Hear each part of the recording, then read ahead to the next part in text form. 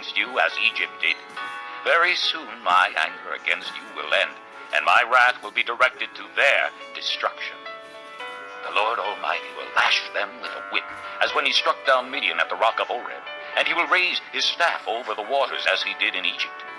In that day their burden will be lifted from your shoulders, their yoke from your neck.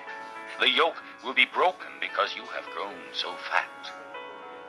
They enter Ai, they pass through Migron, they store supplies at Michmash. They go over the pass and say, we will camp overnight at Geba. Ramah trembles, Gibeah of Saul flees. Cry out, O daughter of Galim. Listen, O Laisha, poor Anathoth. Madmanah is in flight. The people of Gebim take cover. This day they will halt at Nob. They will shake their fist at the mount of the daughter of Zion, at the hill of Jerusalem. See, the Lord Almighty will lop off the boughs with great power. The lofty trees will be felled, the tall ones will be brought low. He will cut down the forest thickets with an axe.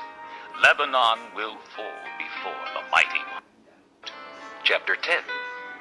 Woe to those who make unjust laws, to those who issue oppressive decrees to deprive the poor of their rights and withhold justice from the oppressed of my people, making widows their prey and robbing the fatherless. What will you do on the day of reckoning, when disaster comes from afar? To whom will you run for help? Where will you leave your riches? Nothing will remain but to cringe among the captives or fall among the slain. Yet for all this, his anger is not turned away. His hand is still upraised. Woe to the Assyrian, the rod of my anger, in whose hand is the club of my wrath. I send him against a godless nation. I dispatch him against the people who anger me, to seize loot and snatch plunder and to trample them down like mud in the streets. But this is not what he intends. This is not what he has in mind. His purpose is to destroy, to put an end to many nations. Are not my commanders all kings, he says? Has not Calno fared like Carchemish? Is not Hamath like Arpad, and Samaria like Damascus? Has my hand seized the kingdoms of the idols, kingdoms whose images excel those of Jerusalem and Samaria? Shall I not deal with Jerusalem and her images, as I dealt with Samaria and her idols? When the Lord has finished all his work against Mount Zion and Jerusalem, he will say, I will punish the king of Assyria for the willful pride of his heart and the haughty look in his eyes.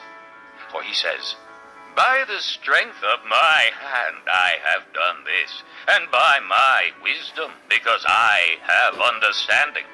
I removed the boundaries of nations. I plundered their treasures. Like a mighty one I subdued their kings. As one reaches into a nest, so my hand reached for the wealth of the nations. As men gather abandoned eggs, so I gathered all the countries. Not one flapped a wing or opened its mouth to chirp. Does the axe raise itself above him who swings it, or the saw boast against him who uses it? As if a rod were to wield him who lifts it up, or a club brandish him who is not wood. Therefore the Lord Almighty, will send a wasting disease upon his sturdy warriors. Under his pomp a fire will be kindled like a blazing flame. The light of Israel will become a fire, their Holy One a flame. In a single day it will burn and consume his thorns and his briars. The splendor of his forests and fertile fields it will completely destroy, as when a sick man wastes away. And the remaining trees of his forests will be so few that a child could write them down. In that day, the remnant of Israel, the survivors of the house of Jacob, will no longer rely on him who struck them down, but will truly rely on the Lord, the Holy One of Israel. A remnant will return. A remnant of Jacob will return to the mighty God.